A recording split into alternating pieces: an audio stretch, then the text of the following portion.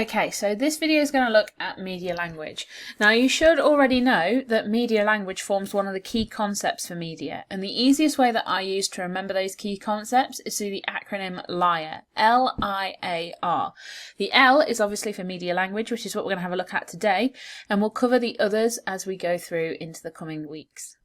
So, what does media language involve then? Okay, well, to start off with, it could include terminology, but it could also include genre, conventions of that genre, the style that the product is in, the form of the product, also the images that are being used, as well as the narratives, and all of this together helps to create messages or meaning. So when we're talking about media language, we're not just talking about the things that make up media language, but we're talking about how they give that meaning or how they create that message and what that message or meaning might actually be. So let's have a look at an example then. If we had a look at this film poster here for Harry Potter 7.1, the form of the product is a film poster. So we know that it's going to be designed to catch our attention, to create some mystery.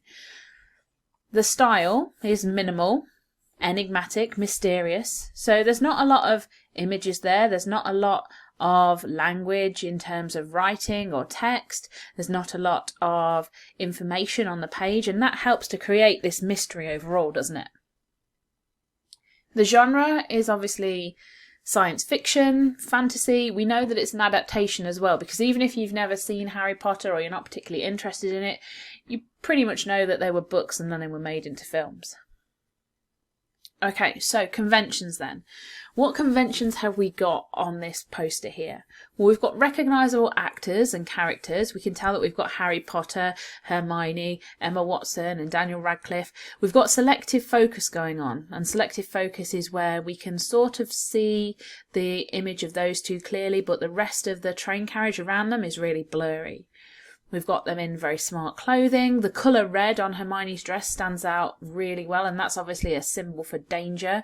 And we've got that recognisable Harry Potter logo at the bottom with the sort of lightning bolt coming off the P. Now the image that we've got here is a long shot. We can see their facial expressions, so we can tell that they seem quite scared or quite worried. Harry's got his wand out, so that suggests that perhaps there's some sort of danger and he's going to have to defend himself. We've also got sort of this almost knowing look from Hermione as well. And the positioning's quite interesting as well, because the two of them are positioned really close together. Alright, so narratives then. What could the possible narrative be? Harry and Hermione are together in the final battle to get rid of evil. And so the potential message or meaning is that this is the final instalment of the story. 7 part 1. It's got a much darker atmosphere than the rest of the story, and we can tell that because of the colours. The audience are going to find that things that they've relied on are going to be subverted. So the fact that Harry and Hermione were always very sort of happy-go-lucky at the beginning has changed now. The fact that we're very young at the beginning has changed now. We can tell that from the fact that they're all dressed very smartly.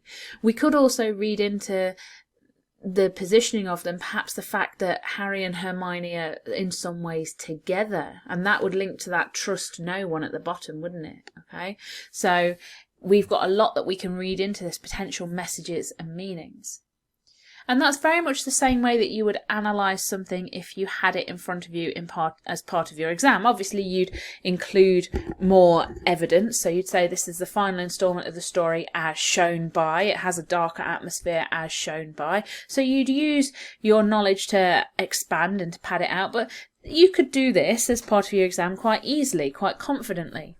And the reason that this is important is because in your exam, media language occurs at every level. So in component 1, paper 1, there's an entire section on media language, whereas component 2 and 3 have a high chance of language occurring.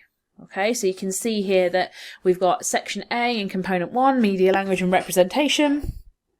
Component 2, it will either be media language in section A or B, but it's definitely going to appear at some point. And in component 3, you need to apply your knowledge of media language and representation to whatever it is that you're going to make. So obviously, it's really important that you understand this key concept.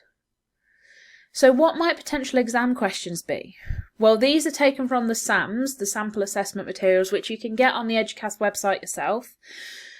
An example from there is media language. Question 1, based on the 1950s advert for Quality Street, explore how the advert uses the following elements of media language, bits from that spider diagram that we did at the beginning, to create meaning. How are images used to create meaning? How is language used to create meaning?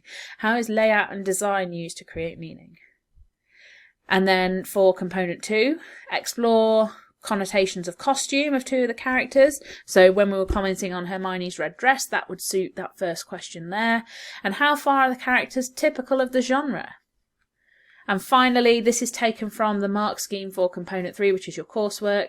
Create a media product which uses media language to communicate meanings and construct representation. Okay, so this is sort of what you're being expected to do. And if you follow the videos and you carry on working together with your teacher, using these to help support your revision, then there's no reason why you can't use this effectively throughout your course and your exams. Okay, here are our key terms for today. If you haven't already, please subscribe by clicking that button down below. And if you click the little bell icon next to it, you get instant notifications every time I upload a new video. You can get in touch with me through Twitter at media_revision. Ask me any questions that you like or pop them in the comments section down below. And I will see you guys another time for another video.